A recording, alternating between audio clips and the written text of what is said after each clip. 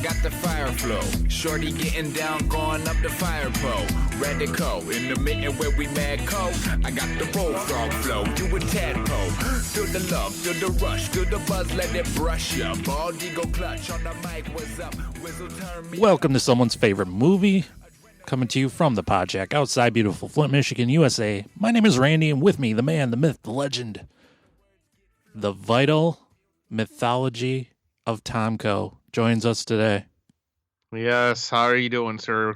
Happy almost ended 2020. Man, you don't sound like vital mythology when you said that. You just sound like a weary man. I am time-released vital mythology. Oh, okay, I see. So as the episode progresses, you will get more and more potent. I will. My God. You're a modern-day podcasting miracle. Aren't I, though? It'll be good because at the tail end of this episode, I'm going to start yawning probably. And that's when I kick in. Yeah, it's perfect. Time released. I love it.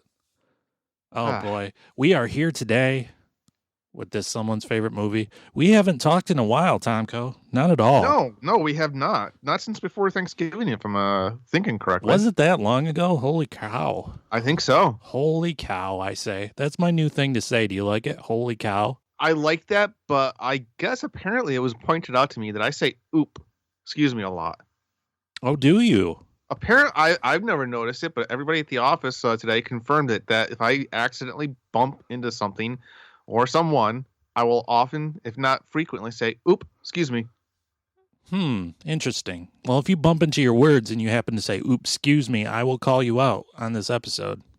Fair enough. I would expect no less, sir. Okay, I appreciate that. What were we talking? Oh, yes, we haven't talked in quite a long time. In the meantime, I had an episode on the Mighty Ducks franchise with my pal Matty F from the Flummox podcast. I released that episode with Nick, former epic film guy Nick. We covered The Stand. We recorded that one a long time ago. I was going to say, you should have quite the bank of episodes built up by this point. Yeah, there's a few episodes that we recorded. Well, more than a few, I think, that I still haven't released yet. But soon, probably soon. But this is so fresh and so clean, a brand new epi. We're here in the present day. Hello, hi. By the way, I want to try to, it's been a while since we've talked. I don't think I've actually told you about my grievous injury. You have a grievous injury? Oh, my God. I do. Hold on. I will actually send you pictures of it. Oh, gross. Put your clothes on, Tom Coe. Let's just say this is why you don't roughhouse with a bulldog. Oh, no. Yeah, I was kind of getting in her face a little bit, and she always used to like it, but apparently as she's getting older, she's getting a little grumpier, and she let me know not to do that anymore. Oh, man. Where did she bite you? It should be delivered to your phone at this point. Let's see. The phone was way over there. No. Still don't have it. Well, just to give you an idea, right on my face. Well, if you're going to get... Oh, wait. Oh, there it is. Holy cow. That's a nasty one there. Yeah? I mean, to give you an idea, imagine Heath Ledger's Joker, only instead of a full smile, it's more of a smart-ass smirk. Do you want to know how I got these scars? I've actually had a lot of fun with this. Yeah. Because I've had people ask me how I got the scars. My go-to answer is, well, I'm not really supposed to talk about Fight Club. That's a good one. I've also mentioned that I lost the quarterfinal round of a backyard wrestling tournament, and I was doing great until that little bastard grabbed the fluorescent light bulb tubes. For those that can't see this phone, which I hope is all of you, because you lawyers, get out of my house. It's like right above his upper lip there. Yes, like I said, it looks like a permanent smirk on my face. It really does. It looks like Mrs. Tom Coe is really getting carried away there. But yeah, that was fun. And it turns out you can't stitch a dog bite. I didn't know this until recently. Why is that a thing? Because much like us, dogs' mouths are filled with bacteria and they don't want to seal that shit in. Okay, that makes sense. It makes sense now. You know, they didn't at the time when I was bleeding, but it makes sense now. Jeez. You know, and you made fun of Noel Marshall when we covered the movie Roar for living in a house full of lions, and here you are getting bit all up by your puppy dog.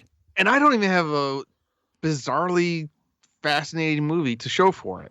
If only you did. If only. Did you cry? I bet you cried. I probably would have cried. I actually, oddly enough, it didn't really hurt. Oh my gosh, it looks like it hurt. It bled like a goddamn pig, but it didn't hurt that much. Here's the other question. Did you reassert alpha male dominance and bite the dog back? Oh yeah. You have to stand your ground. Yeah, you have to. I'm proud of you for that. I feel like that's going to leave a lasting scar there. Probably. I'm using silicone scar cream, and we're gonna see how that works. I have a fresh new scar on the palm of my hand from my adorable, lovable kitten named Zoe. Oh no! With her razor sharp needle claws. You know, she's a fairly loving cat. But she's still a cat. She's still a cat, and when you're holding her, she always lets you know when she wants to be put down. She'll meow, and that's your cue right off the bat. Just drop her, let her go. Because if you don't, she's gonna squirm, and she's gonna get you. Inadvertently, it's not like she means to, but she does. So I've got some remnants all over my arms and hands from times that I just wanted to cuddle a little bit longer. So I gotta ask, did you get any of that cat scratch fever, sir? Oh, I got it. I got that crash for. I can't talk tonight. You ever know that about me? That I can't talk? I can't say words? It's a wonderful trait to have as a podcaster, I've discovered through the years. Yeah, real great radio professional. That's what I am. Been doing this goddamn almost 9 years, and I can't even talk still. So one day. Soon. One day soon. Other than watching the traditional Yule log on your widescreen, what else have you been watching this entire time that we've spent apart, sir? I've watched a whole bunch. By the way, my movie watching year, for whatever reason, begins and ends on Christmas Day, 12/25. This calendar year, from 12/25, 2019 to 2020, I watched 201 movies, which is crazy. I think that's probably the most movies I've ever watched in a year. Well, I mean, we did have that lockdown, so it makes sense. Yeah, there were some days I was watching like 4 or 5 movies a day, so it's not shocking. Now, I forget, are these all movies that you've never seen before, or just total cumulative movies in general? Total cumulative count. I used to only count the ones that I've never seen before, and I thought that was silly. So, okay, I don't know. They're my own rules. I can do what I want, right? Makes sense. I watched quite a few interesting things. I watched the movie Fatman. Have you seen this? Yes. Oh my gosh. I liked that a lot more than I thought I was going to. Oh, it's amazing. It stars Mel Gibson and Walton Goggins. He plays a unrepentant scum who's got it. He's playing two type in this movie. Yes, he's a hitman for hire who also happens in his spare time to have a hobby of buying toys that are Santa authenticated. Because when he was a kid, he was kind of shunned by Santa, and he's always had a little vendetta against him. So now he's kind of collecting all these toys, and you know they're from Santa because it has the Santa seal on the bottom. There's a spoiled brat billionaire. Well, he's not a billionaire, but he's stealing money from his grandma, and he's kind of bribing his way to win science fairs and whatnot. He has it out for Santa as well, so he hires Walton Goggins to put a hit out on Santa Claus, who's played by Mel Gibson. And this Santa Claus is not the holly jolly Santa of myth that you'd have on Rudolph the Red-Nosed Reindeer. He is a blue-collar, working-class Santa who's also very world-weary. Very world-weary. He's also got the battle-ready skills and regenerative abilities of Deadpool. Damn near, yeah. Which is great. And he's been through some shit. And you kind of get the impression that he's seen a lot of things in his stint as Santa. Deliveries are down this year because the number of good kids in the world has decreased. So he's worried about laying off the workers in his factory and shutting it down. The factory is government subsidized. So in order to make ends meet, he takes up a defense contract making military weapons. It's great. Mel Gibson is the type of person that I want to not like. You know what I mean? Yes. You hear all this stuff about him, and it's like, oh man, what a scumbag, you know, on a personal level. But he does still make a handful of good movies every now and again, and I find myself begrudgingly sort of a fan of his work, but not him as a person. Yeah, I think that's allowed. I mean, I'm not a fan of him as a person, but my God, I loved him as this character. Yeah, and honestly, I thought one of the best parts about it was the chemistry that he had. And I know I'm gonna butcher this name. She played Ruth, Mrs. Claus. The actress is Marianne Jean Baptiste, I believe it's pronounced. Yeah, that's right. The two of them together, I would watch a movie just the two of them. Oh, I'm all aboard. I enjoyed her performance. I am all aboard. I want to see. I could live in this world forever. This mythology that they built up, I want more of it. I really do. Yeah, because I just thought it was really kind of weird where it's exactly like our world in every way, except we just happen to acknowledge that, yeah, Santa Claus is real and it's not that big a deal. Yeah, and elves are real as well. They've genetically modified themselves to run on 1 hour of sleep or something like that, because they're fueled exclusively by sugar. Yes, sugar and fat. Yeah, and they are very anal about their work and very schedule oriented and by the clock, and they're going to get the job done. So it all culminates in a bloody battle between Walton, Goggins, and Santa Claus. Yeah, the only word that I could really think of to describe it is visceral.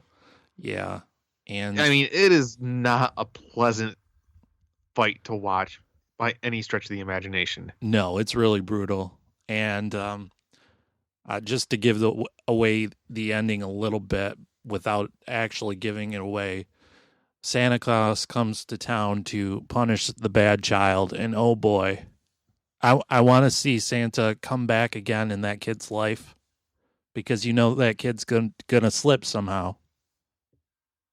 Yeah, and you know what? If the New York or the Manhattan district attorney isn't going to take care of that kid, Saint Nick will. Yeah, it's great. It was really good. A lot better than I thought it would be. Of course, when I read the premise and saw it, I'm like, oh, this is right up my alley. And it turned out to be a really great movie. So I have to admit, I kind of had my comic book snob radar up. Sure. Because this was very similar to the plot of the Lobo paramilitary Christmas special. Oh, really? Did you ever read that book? No, I know what it is. No, never read it. I've read very little Lobo in my life, so. He was great his first couple of years before he became a self-parody of a parody. He became Deadpool before Deadpool was Deadpool. Basically, yes. I think that's very, very, very fair. Yeah. But this I thought, yeah, I had a similarity in plot, but it still felt very original. Mm-hmm. I don't know. I really enjoyed it for the acting, the writing. I enjoyed it because you could tell that they did not have a lot of money to make this movie. Yeah. You know, it's barely a Roger Corman level production, but they hid that very well. I was impressed all around. Oh, absolutely. Every dollar they had, they really made it work. So good for them. And I'd like to see more in the world of Fat Man and just more from these filmmakers too. Well, yeah, because if Santa Claus is real, what else is real? Yeah, excellent. Yeah, that's a good point. Another movie I saw that came out around the same time was a movie called Freaky. Okay. This is a Blumhouse production from the writer of Happy Death Day and Happy Death Day to You. It stars Vince Vaughn. I can't remember who it was I was talking with, but I was wondering where the hell Vince Vaughn has been. He is in this movie, you see. Vince Vaughn and the woman, Catherine Newton. Catherine Newton plays a teenager. She's picked on at school, blah, blah, blah. You know the type, introvert. Has a boy she's got a crush on, but he might be too popular for her. Which is ridiculous because she's an actress in a movie, so she's drop dead gorgeous. But we're pretending that she's gross, you know.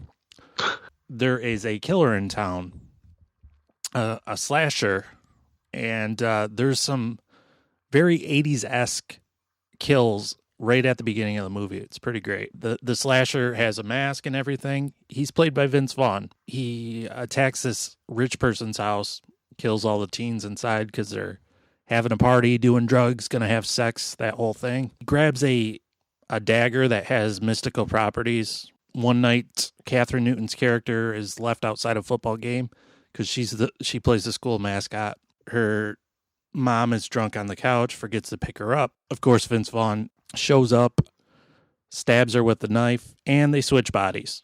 So it's one of those deals. It happens. Yeah, it does happen. And it's really fun.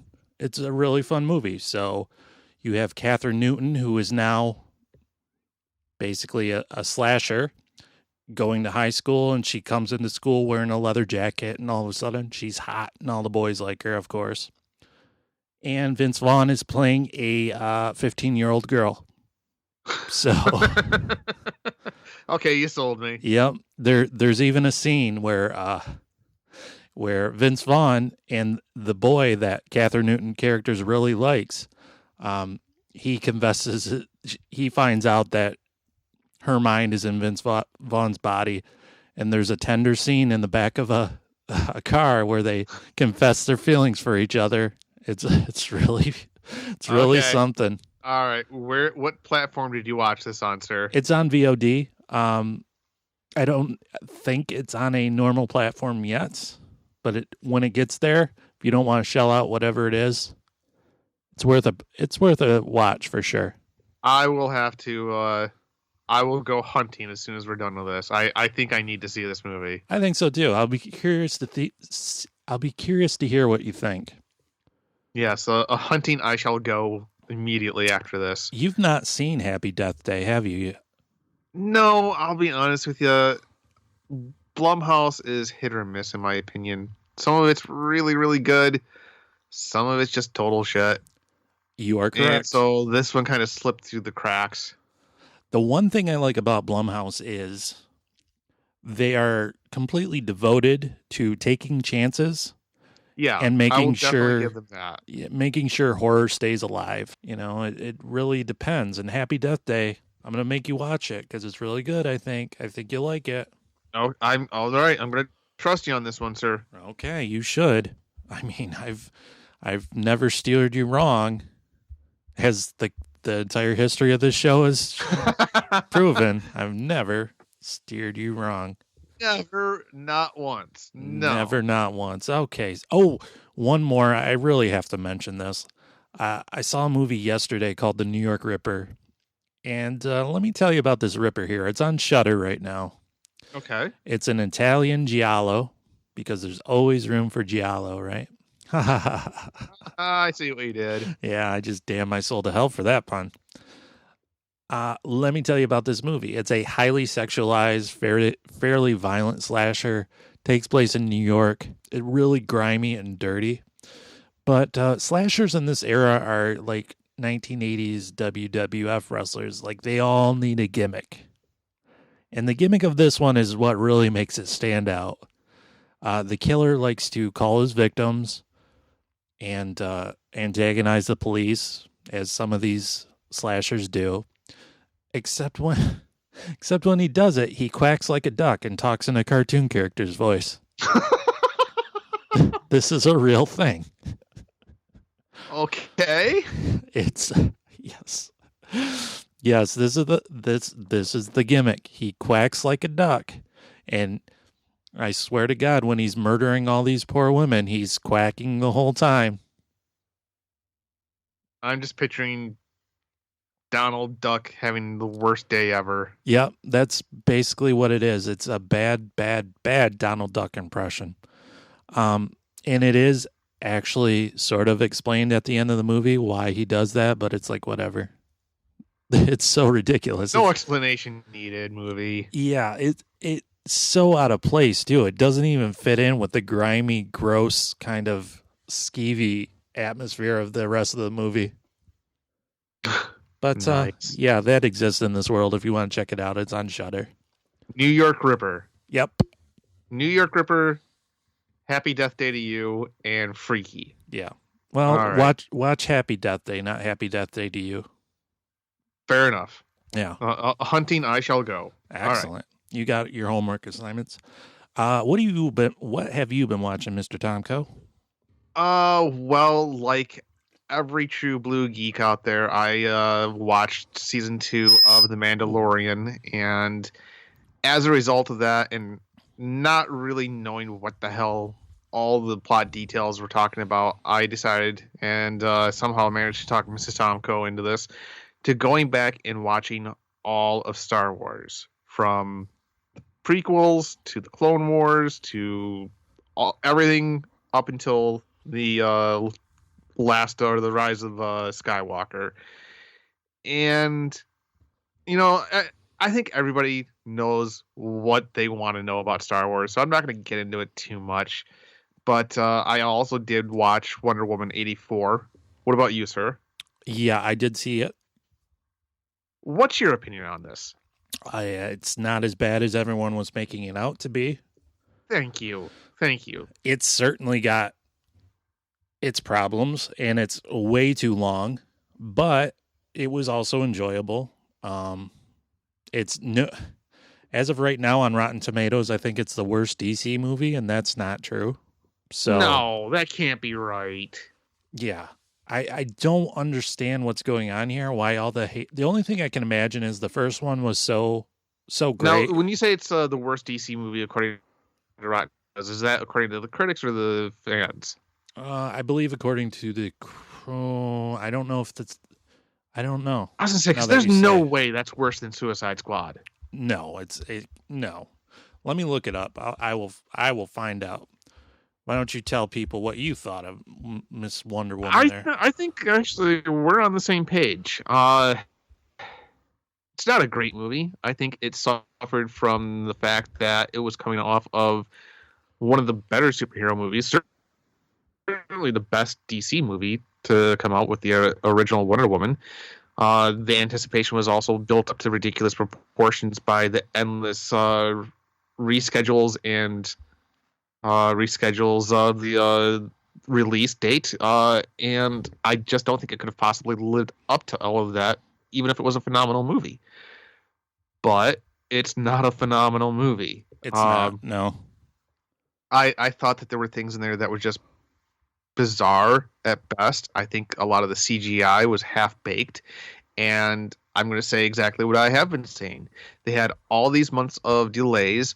Why didn't they go back and fix some of that CGI? Why didn't they go back into the editing suite and tighten up the pace? They literally just either this is the absolute best that they could have done with that script, or they sat on their thumbs for the past 10 months. And I heard that the studios wanted Patty Jenkins. My thought is they could have easily cut out a half hour of this movie. Easily. And Patty Jenkins fought the studio on cutting 2 scenes that they wanted to cut. The opening scene with young Diana participating in the games there, she didn't want to cut that, which I can see both sides. I can too. I can see why it could be cut because It contributes nothing to the overall plot. not at all. It serves no purpose whatsoever. However, it's a good sequence. It is. So, and the other scene that the studio wanted to cut was the whole scene in the mall, which I don't know why they would want to do that because that's the initial action scene, really. But not only that, but it would have been even longer before you saw Wonder Womaning. yeah, exactly. Because as it is, that's the only time you see her in costume for, I think, probably the first hour, right? I think so. The supporting cast is great, I thought. I thought Gal Gadot looked kind of like tired, though, in this movie. Like, usually she seems... I think that was because of the plot, though. Think so? Where she was losing her powers and losing her strength, so... That could be. Yeah, you could be right. And also, let's face it, this was meant to be a cheesy 80s movie. Yeah. And boy, did it deliver on that front. Yeah. Pedro Pascal as Maxwell Lord, really, he was chewing up the scenery in this one. Oh, yeah, he was. Speaking of The Mandalorian. It's not as bad as it was. It had some really great set pieces. I don't know when I'm going to go back and watch it again, though. Right. And I agree with you. I think it had a tough hill to climb when the first movie was so great. I don't know how you live up to that. I don't know if it's possible to be that celebrated. And I think it's possible because as much as I like that first movie, it really started to kind of buckle in that third act. Oh, the third act is awful. Yeah. Yeah. So, I mean, if they could have, again, just tighten everything down. You had 10 months to get this thing as close to perfect as you did, and that's what you gave us on Christmas, no less.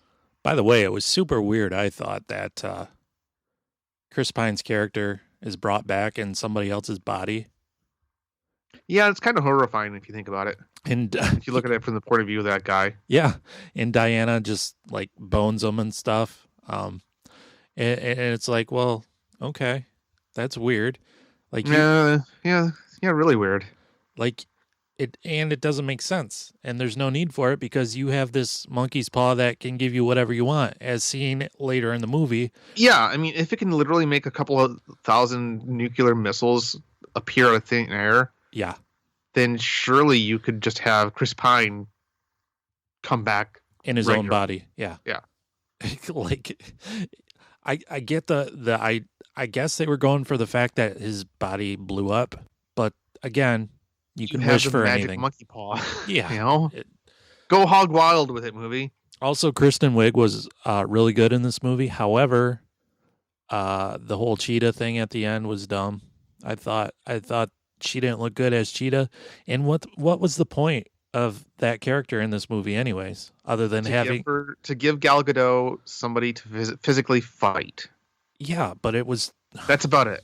Yeah, it just, I don't know.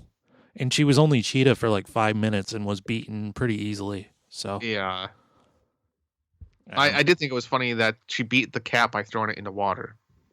Right. Of course. That's how you beat cats. They don't like water. Exactly. I mean, I know you're a dog person and you're not doing very well with that these days, but no, I'm not.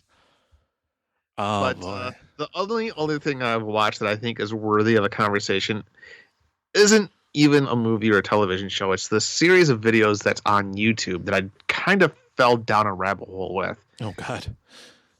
It takes place these toy dealers in the Detroit area. Oh, nice. Bought contents of a hoarder's house for $40,000. They get every Hudson's bag from the 1980s. They get every stacked dirty dish. They get everything in that house. However, you have like 100 mint on card Empire Strikes Back and Return of the Jedi figures, including a lot of them where the little punch is still there from when they would have hung them on the racks. Oh, okay, yeah. They have the same amount of G.I. Joe figures, but they also have all of these play sets. It's like you're roughly the same age as I am. If I say the G.I. Joe USS flag, you know what I'm talking about. I do. That thing regularly goes for $1,000 out of the box. They have it brand new in the box, never opened, just sitting there. By the way, it's just kind of amazing seeing the layers of shit that they're literally having to scrape away in order to find like a desk that's filled with, a couple thousand silver dollars. Right. What so it's I don't recommend it for anybody who's not awake at 5 a.m, bored out of their mind. But if you're in that circumstance, it's worth a watch. What are they called? Sarge and Reds, I believe it's called. Okay. They're getting ready to open a store in the Detroit area where they're going to have a lot of this stuff on display. Okay. So, yeah, like I said, I mean, I'll send you a link to the where they're going over all the Star Wars figures that they bought or that they found. Yeah, I think I would be fascinated by that. Did you collect did you have any Star Wars action figures when you were a kid? Of course. I still have very cherished childhood memories of the Christmas of 1983 where I got an Imperial Walker. I got the Ewok Village. I got an X-Wing fighter. And I got 2 cases, one Darth Vader case, another C-3PO case filled with figures. Oh, that's awesome. It was pretty damn awesome. Do you still have them? No. Aw. And the only reason I got them, and I'm still pissed about this to this day, when we moved from a farmhouse to a 2-bedroom apartment because my dad got transferred, he gave away all of my toys to a poor family. Oh, well, I can't hate him for that. You can't. Right. I had the G.I. Joe base, dude. I had dozens of Transformers. Yeah. I had all sorts of... I had... going to the Star Wars, first of all, I only had a few. I had Luke Skywalker from Return of the Jedi. Okay. And I had a Rancor from Return of the Jedi. Oh, okay. Yes. That thing was so awesome. I played with that constantly with all my action figures. It was universal. I had a jaw that would open and close, and it would eat all my G.I. Joes too and everything. Yeah, it was controlled almost like a puppet with the joystick in the back, if I remember right. Yep. And I might still have that in my parents' attic somewhere. I hope so. I need to find that. If you do, you need to have your missus or your girlfriend or whatever you're referring her as. You need to have her taking video of you playing with that thing. Okay. Complete with it eating action figures. All right, fair enough. I did have I was a big Thundercats kid, and I know this got sold at a garage sale, and I'm really salty about it. But it was their entire base. They lived in that giant mountain shaped like a lion. Yeah. Oh my God. And this thing had light up eyes, and it was awesome. But that's gone. There was one Star Wars figure I always wanted, and nobody ever bought it for me. And it was from the Jabba the Hutt from Return of the Jedi. I wanted that so bad. I got that same Christmas, actually. No. I take it back. I did not get that same Christmas.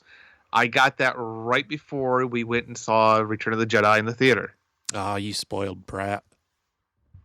I still remember we went to the quad, the old quad that is no longer there in Saginaw. But beforehand, we went to the Myers that is next door to it, loaded up on bulk candy that Mom smuggled in with her purse, and they also got me the Jabba playset. Nice. I saw it in a comic store about 10 years ago, and I really wanted to buy it, but I didn't.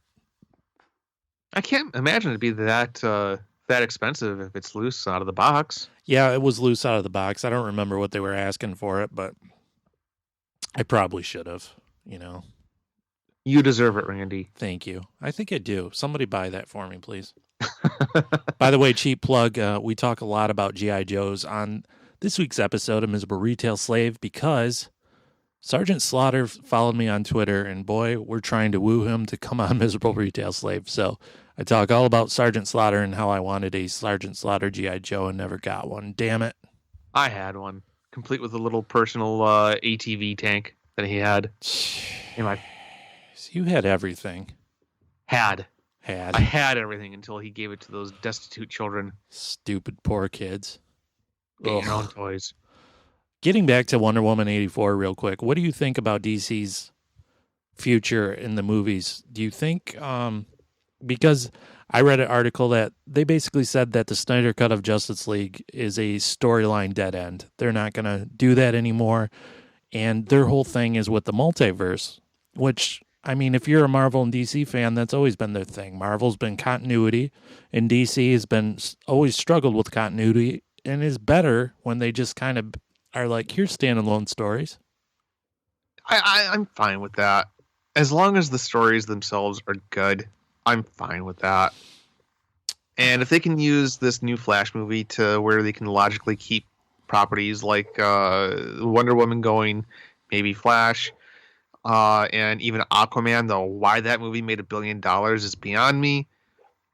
Right. You know, if they can have it somehow make sense but still maintain good storytelling, I'm fine with it. I don't need to have every single movie lock into place. Yeah. Jason Momoa is a good Aquaman, though. Well, I mean, He is. I like his, I don't know if he's a good Aquaman. I like his character, I should say. As I say, he's basically playing Jason Momoa, you know, doing a backstroke. Right, exactly. Yeah, that's exactly right. What do And you... I'm not saying that as a bad thing. Because I remember being really upset when I found out that he wasn't going to be opening that brewery down in Detroit because I wanted to work there. I didn't care what job it was. I just wanted to say I worked at Jason Momoa's brewery in Detroit. One of Momoa's minions. Which do you think came first? Michael Keaton in the Flash announcement and that whole deal? Or do you think that Marvel had the whole let's get all the Spider-Man together thing in the works before that? Because they've been known for long-term planning. But I just find it weird that everybody's... I don't know. Because they also had the whole Spider-Verse movie where they were playing with the idea of the multiverse. Yeah. If I had to guess, I'd say it was probably that big crossover that was on the CW shows this year. Yeah. I think that was probably the genesis of it all. And that's as big a success as that was. It's starting to get kind of lost in the wayside with the Flash and Spider-Man properties. Yeah, that's true. Because, I mean, well, The Flash was on The Flash. The movie version of The Flash was on the fucking show The Flash, which is crazy. Well, more importantly, they had Brandon Routh as Superman again, which to me, that's still my Superman, that iteration of the character. And to see that version again, you know, just made my geek heart go pitter-pat. Is that your version because it follows the Donner storyline or just because you liked his... Okay, that's what I thought. But to me, it is, at least in spirit, a decent, you know, continuation of it. Even though it was kind of creepy seeing Superman being a deadbeat dad / stalker. Right. Yeah. It was. Yeah. That movie's got problems too. Yeah, it does. It does. But I can overlook them.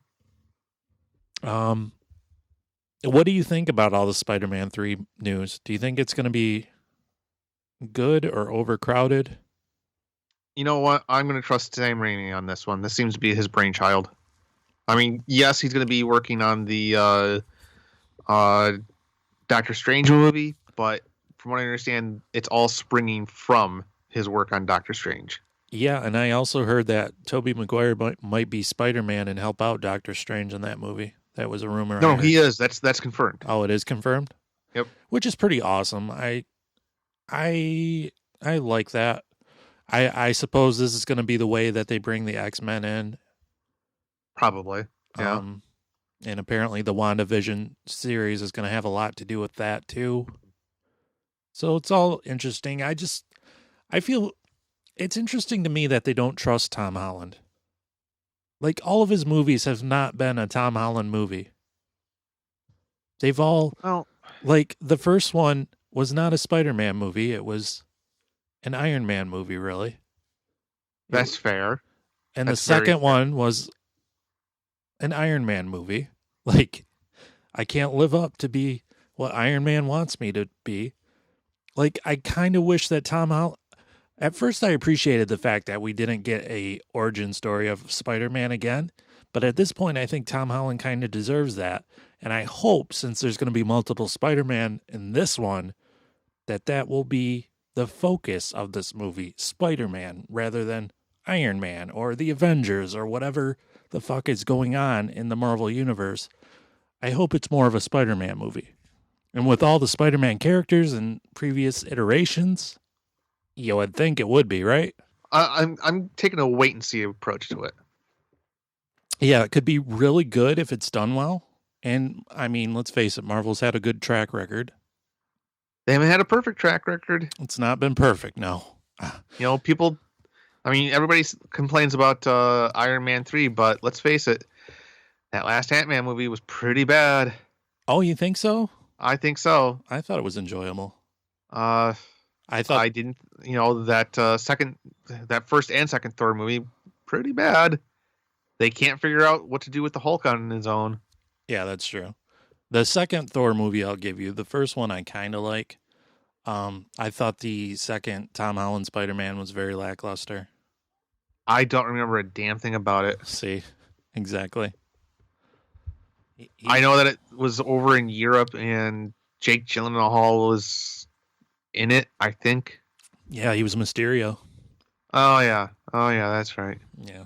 We're 53 minutes in. I was going to say, we've been going at this for quite a while. We haven't even brought up Jamie Lee Curtis, sir. I'm sorry. Let's bring up Jamie Lee Curtis. You a big Jamie Lee Curtis fan there, are you? You know what? She was one of my childhood crushes, so yes, I am. Okay. I could see that, yeah. I get defensive whenever anybody makes fun of her. All right. Well, we're tackling a Jamie Lee Curtis movie that is appropriate of the times. It takes place on New Year's Eve. It's called Terror Train. It's part of her early career slasher trilogy of films. She did Halloween, then Prom Night, then Terror Train, and she was also in The Fog the same year as Terror Train and Prom Night. So she was pretty much a horror scream queen already. Like, that's why she's a scream queen. That's what she did. Not to mention Halloween 2, and she was in a movie called Road Games as well. So, in a matter of 3-4 years, she was in goddamn 6-7 horror movies. Damn. Yeah. And I mean, you think about it, Halloween and Prom Night anyways are sort of, well, Halloween definitely, Prom Night less so, which I feel is a franchise we'll cover at some point. Because I was thinking sometime in the mid to late spring we would have to tackle that one. Okay, yeah. I would say that the fact that she went on to have the career that she did is nothing short of miraculous.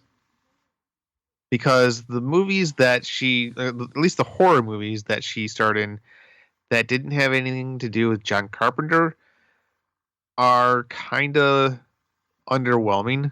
Oh, listen, I tried to watch The Fog right before this, and it's. Okay, I've not watched that since I was like 3. But I will give you that one. I've heard it's awful. It's tough sledding. I had never seen it before, and I was like, well, I'm waiting, so I'll just watch something. And there it was, and I tried, and I'm like, ugh. But still, I mean, the fact that she went on to do things like True Lies, she actually had a really good show. I can't remember what it was called, but it had Richard Lewis. I know what you're talking about. What was that show? Damn it, I'm gonna have to. It was on like the early '90s, I want to say, but she's actually had a phenomenal career. And if I were watching these movies at the time that they came out, I would have never guessed that she would have gone on to do the stuff that she has. I'll be honest with you. Until you said, hey, we're going to do Terror Train for New Year's Eve, I didn't know what the hell Terror Train was. And again, I consider myself a fan of Jamie Lee Curtis. The show was called Anything But Love, and it ran from 1989 to 1992. Holy shit. I forgot all about that show. I remember it being on, but I remember it being actually pretty good, too. My God, Richard Lewis's mullet in that show. Simply marvelous. Oh God, another thing. I can't believe I forgot to mention this right away. A Fish Called Wanda. She was amazing. Oh, yeah. Forgot about that one. She's a really, really good comedic actor. And good for her for being able able to pivot, because a lot of these actresses that got stuck in the horror movies, they didn't escape, or that's all they did, or they never did anything again. Can't play Wanda. Yeah. Let's put it that way. 4 slashers started to be relentlessly churned out in the 80s. Some of them still tried to be somewhat original. Like, a lot of them copied the Friday the 13th formula. They all take place in a summer camp, which was repeated ad nauseum. Then a ton of them took place on college campuses and dorms or frat parties or something. Terror Train, in case you're dense and don't get it, takes place on a train. It's in the title even. And part of me is surprised that that wasn't repeated all that often. I'm surprised. Well, repeated for Speed, and certainly Speed 2. Speed 2? Speed on a boat? Yeah. I mean, just put a slasher in there and it's the same movie. It would have been a better movie, I bet. Oh, God, yes. That's interesting. Would you I suppose in a way you could consider the original Speed to be a slasher movie, just because. I could see that. Yeah, it's kind of like a Jigsaw type villain. Yeah, I think if you were to sit down and construct it, a case could be made. Okay, I'm going to do it then. That'll be my college thesis. This movie, however, does share the same theme of every other college theme slasher out there. Basically, someone gets a prank pulled on them that goes horrifically wrong, and then the prank person is so humiliated they devote their entire existence to destroying those who wrong them. I mean, come on, slashers, have you heard of letting bygones be bygones? You know, go to therapy, get over it. You don't got to murder everybody. Yeah, but that was back before we all got touchy-feely and, looking into our feelings. No, back then you just killed every motherfucker that slighted you. Yeah, I guess that's the way it should be, right? Eye for an eye, biblical vengeance. Hell yeah. So the horrible prank that's played on this poor soul is pretty bad, wouldn't you say? I'll be honest with you, I didn't know what the hell was going on. I'm still not entirely sure what happened. Did they purposely have him make out with a corpse?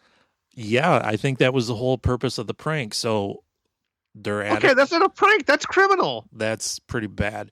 So they're at a medical college based on just sort of conversations. That's how they're able to access a corpse in the first place. It's just a cadaver for study. So there's this kid, stereotypical nerd named Kenny. He's got glasses. That's how you know he's a nerd. And he's shy and whatever. And they get Jamie Lee Curtis, who plays a girl named Elena, to basically say that she's going to fool around with them. And the frat boys at the party kind of egg him on. And he goes upstairs to a dark room and he starts to strip. And she's telling him, come to bed, come to bed. And when he does, he realizes he's in bed with a corpse, Then he shrieks, twists around, and gets tangled up in like the bed skirt or something. Yeah, he spins around like a little psychotic Tasmanian devil for some reason. And I mean, God, I hate when that happens. I can't tell you, Tom Coe. Like, how many bed skirts you have been tangled up in. I tell you what, here's something nobody knows about me. My 20s were full of wacky misunderstandings where I think I'm getting lured to bed by some comely lass, and instead I find a medical cadaver there instead, and a group of leering frat boys just waiting to crack up and fist bump in the next room over. I swear. If I had a nickel for every time. After a while, you just become desensitized. Yeah, I mean, you just reach up and pull down the bed skirt, just to do it. And I'm like, oh, you guys. And they hold up a package of Mentos. And I'm like, oh, okay. The Fresh Maker. That's a great joke if anyone got it.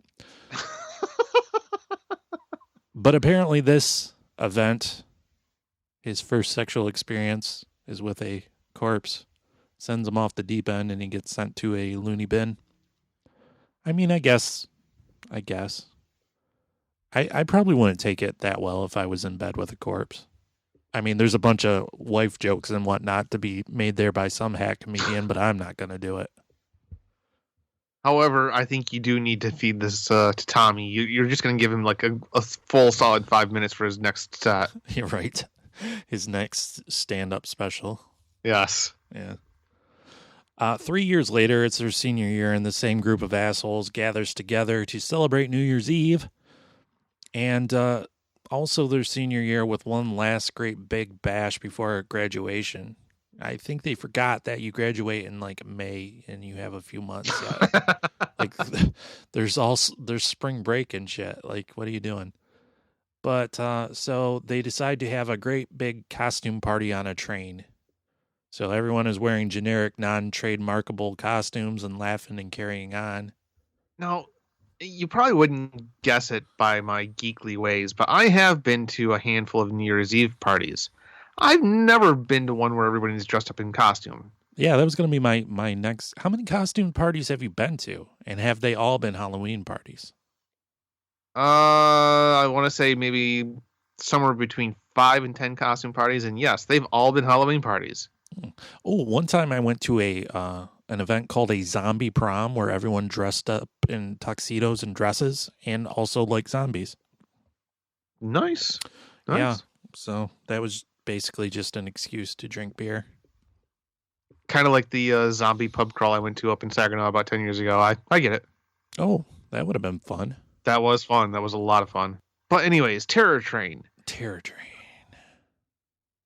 And I have to admit, I was shocked from the moment that I saw David Copperfield pop up on the opening credits. Right. And I thought it was just going to be like a cameo and he was going to be there for like 2 minutes and gone. Oh, no. No, he's there for at least a good, I don't want to say subplot of the movie, but he's there for a long time. Yeah, on the train is David fucking Copperfield, and he's performing illusions and entertaining the drunken, dancing 20-somethings.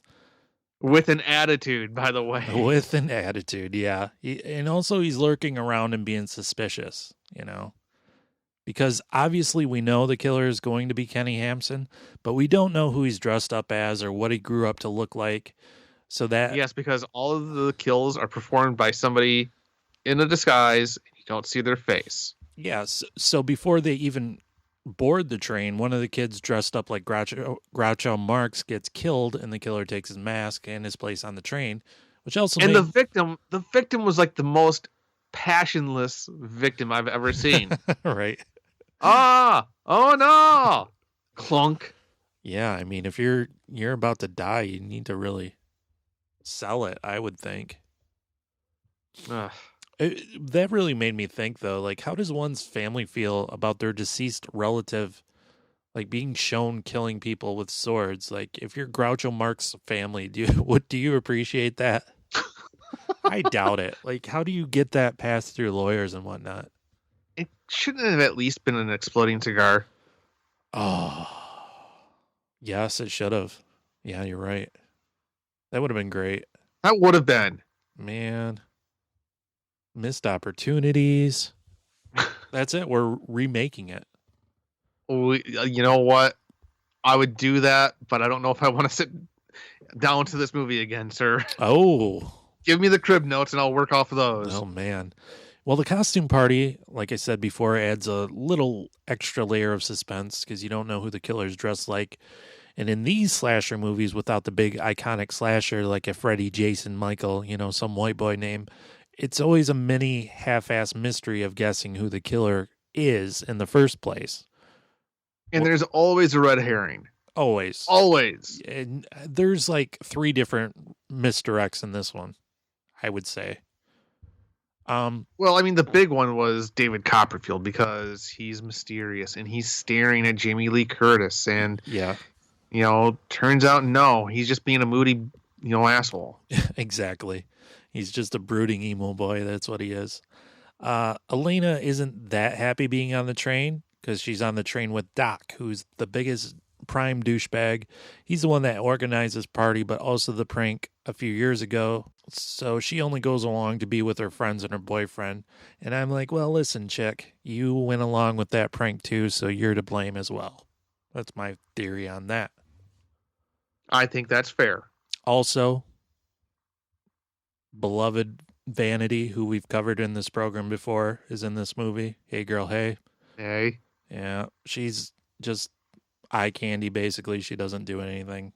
But She does all she needs to do. exactly. You can check out more Vanity in our episode of Never Too Young to Die, starring John Stamos. Available now in the archives. We cover that movie.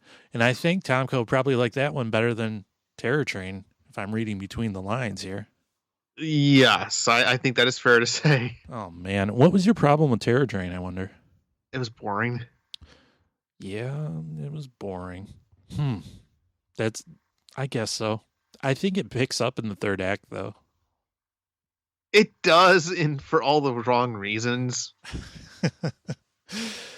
Well, we've got the end of the movie where, the Scooby-Doo style chase happens, in which the deranged criminal chases that meddling kid. Yeah. So that's when the excitement really picks up. But before that, you just basically have a bunch of kids getting drunk and systematically picked off. And you don't know any of these kids, and there's been no establishing character moments for them, really. So it's like, who cares? Pretty much. I mean, it was a cheap movie, designed to make a quick turnover.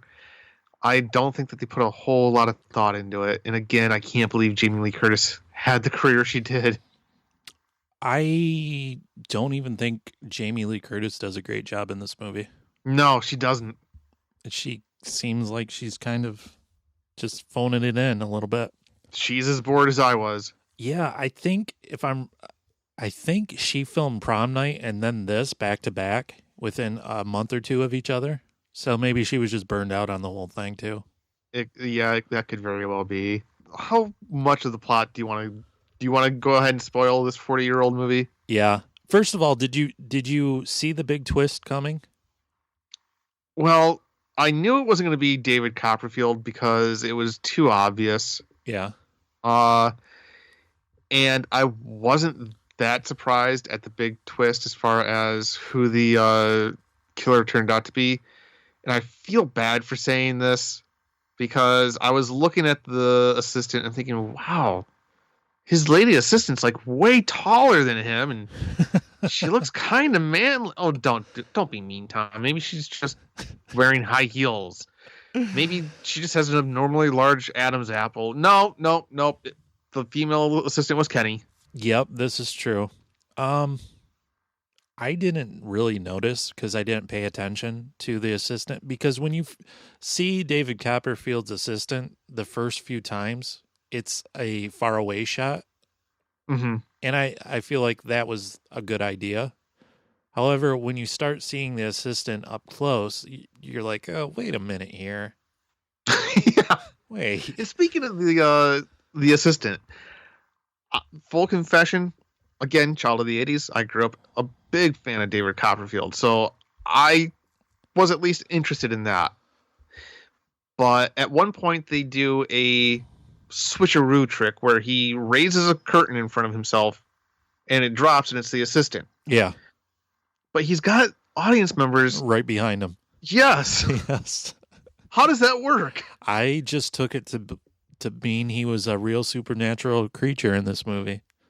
Yeah, I noticed that too. Not supernatural enough. Not supernatural enough because he gets skewered with his own trick. But the character that played Kenny Hampson was actually a transsexual named Derek McKinnon. Okay. And apparently, I guess, now this is stupid. This is really stupid to me. And I'm going to guess you're going to think this is stupid too. But I'm prepared now. But apparently during this period, Jamie Lee Curtis was going through when she was doing all these horror movies, the tabloids began spreading rumors that Jamie Lee Curtis was a hermaphrodite. Yes. You'll still hear those rumors every once in a while. Because she's sort of tomboyish and whatever. And I was like, oh, internet trolls always existed, even without the internet. People have always been awful. Yeah. I don't know. Like I said, I felt bad for noticing that about the assistant, and I still do kind of feel bad. But turns out I was right. Yeah, I mean, whatever. Derek McKinnon is a transsexual, and I don't know what the proper pronoun is, but I always go with they to be on the safe side. yes, they are all right with it. So whatever, who cares? Okay. The thing that really blows my mind, so at the end of the movie, Kenny Hampson has revealed that they were the assistant to David Copperfield all along, growing a big blonde mane and wearing a dress and whatnot. And Jamie Lee Curtis leans in and kisses Kenny, which triggers a whole entire flashback to what started this whole mess in the first place. He flips out and he's like a cartoon character when he gets kissed by a girl. He's Tex Avery. He just spins around and there's just random draperies around that he twists himself up in. But apparently that was entirely improvised by Jamie Lee Curtis. It was her idea to kiss the character. So what you're saying is that this movie proves beyond a shadow of a doubt that David Copperfield is not a good actor and Jamie Lee Curtis is not a good writer. I guess. I mean, she said, I just thought that if she kissed him, that it would bring a lot of tenderness to the scene and to the film. The kiss was totally my idea. All during filming, I was looking for ways to make my character more interesting, but there weren't many opportunities because most because most of the film was about the action and the killer. But I feel like that's a big improv choice to pull on screen because I don't know, it just seems weird to me that wasn't written because he flips out and then the conductor, which, by the way, if you're a train conductor, do you just have policeman status and you can do whatever you want? He's all of a sudden the law, and is it a captainship kind of? I was wondering about that. Yes. I mean, what is train law? Is the conductor judge, jury, and executioner? Because he hits that motherfucker with a shovel and knocks Doesn't him he full Nelson slam him out the door? Yes, he falls out of the train and off a big bridge and slams on the ice down below and sinks Not to to sound like a sick bastard, but this was my favorite part of the entire movie. Because they show him hurtling toward this frozen river, except for this one spot where there's free-flowing ice, and in my mind's eye, I'm picturing him just going into the drink, bloop. Yeah. Nope. Boom. Right on the ice in a sickening thud, and I don't know why, but it looked like something out of a Wile E. Coyote cartoon. Just needed a plume of smoke to come up. That was great. My favorite part of the movie was when the doc character got killed, and the conductor discovered his body and his disembodied. Always in these movies in the 80s, they have to have that disembodied head at some point, and which is just one step above a mannequin head. Yep. Yeah, always. And it's always my favorite thing to see how ridiculous that head looks. And they always look like the worst thing ever. So fake. I mean, very few of them pull it off. There's a couple, if I really rack my brain, but man, not this time. No. Not at all. So I don't know what else to say about this movie. I'd say that this is a good after bar movie at best, where you're not thinking about it. You just want something on the background after you get home and you're so buzzed and you're fooling around on your phone. It's good for that. But what did you think about this movie, sir? I think it's a good after bar movie too. I think it is sort of slow in parts. I think it'd be a lot better if you're with a group of friends, probably. Yeah. And you can kind of poke fun and make fun of it, Yeah, I agree with that. I don't know. It wasn't the worst thing I've ever seen. It's not the worst thing I've ever seen. It's just kind of a big movie to me. Like I said, it didn't... It committed the cardinal sin of movies, in my opinion. I can take bad and cheesy. I can take ridiculous and over the top. I can't stand boring. Yeah, I get that. Terror Train opened in the U.S. on October 3rd, 1980, and grossed, which means it's 40 years old, Tom Coe. My God. Oh. Yeah, soon to be 41 almost. Oh. And grossed an estimated $8 million at the box office on a budget of 3.5. I don't know what. Good for them. I don't know what the 3.5 was spent on. I guess the train or something. I don't know. Anyways, I am highly shocked that this movie has never been remade. It seems like it'd be prime for it, you know? Yeah, I'm surprised it's not been one of those that have been remade in 2009 or something. Or at least a crossover with the Polar Express. Yeah, Tom Hanks tangling with an angry transsexual. But Body slams him off the side door. I would watch that. Yeah. By the way, this is another one of those movies in the 80s that doesn't really handle transsexuality that well. Like, they are the villains. No. They want to kill us. This movie comes from a different time. Yeah. It's kind of like grandma, saying awful things at Thanksgiving dinner. You just have to look the other way and realize that they came from a different time. Yeah. We talk more about that on our Sleepaway Camp episode, which I haven't released yet, and I probably should soon. But you should, because that one was actually fun. That was fun. Yeah. That's the kind of bad horror movie that I like. Yeah. It's stupid. It's ridiculous, but I had fun watching it. Yeah, the Sleepaway Camp movies are fun, except for the very last one, which God, yes. I think we both agree might be the worst movie we've both ever seen. It's pretty awful. It's certainly I think it's definitely the worst one we've ever reviewed on this podcast. I think so too. Yeah. Oh, God, so bad. Well, that was Terror Train. I hope you enjoyed that. Tell people where they can find you, sir. You can find me on a show that's going to be at least making a small comeback after the new year called Jake and Tom Conquer the World. It's been described as the conversations you overhear from two drunken geeks on the other side of the bar arguing about comic books, movies, and how to abuse time travel. If you want to reach out to me, you can find me on Twitter at The Drunken Dork, and on Facebook, you can find Jake and Tom Conquer the Group. What about you, sir? I am on a little podcast called Miserable Retail Slave. We are a big dumb comedy show. We were on the top 200 improv comedy charts in the U.S. and UK all last week, so hey. Love that. Hey. Yeah, we're trying a whole bunch of new different things. I have a guy that does art for us now, so that's been fun. I noticed that. I was impressed. Pretty great stuff, isn't it? That definitely put a smile on my face. Well, by the time this episode is released, I think the new MRS will be released, and it's an episode. The art for that episode is Sergeant Slaughter, and it's fucking amazing. So I'm excited for that.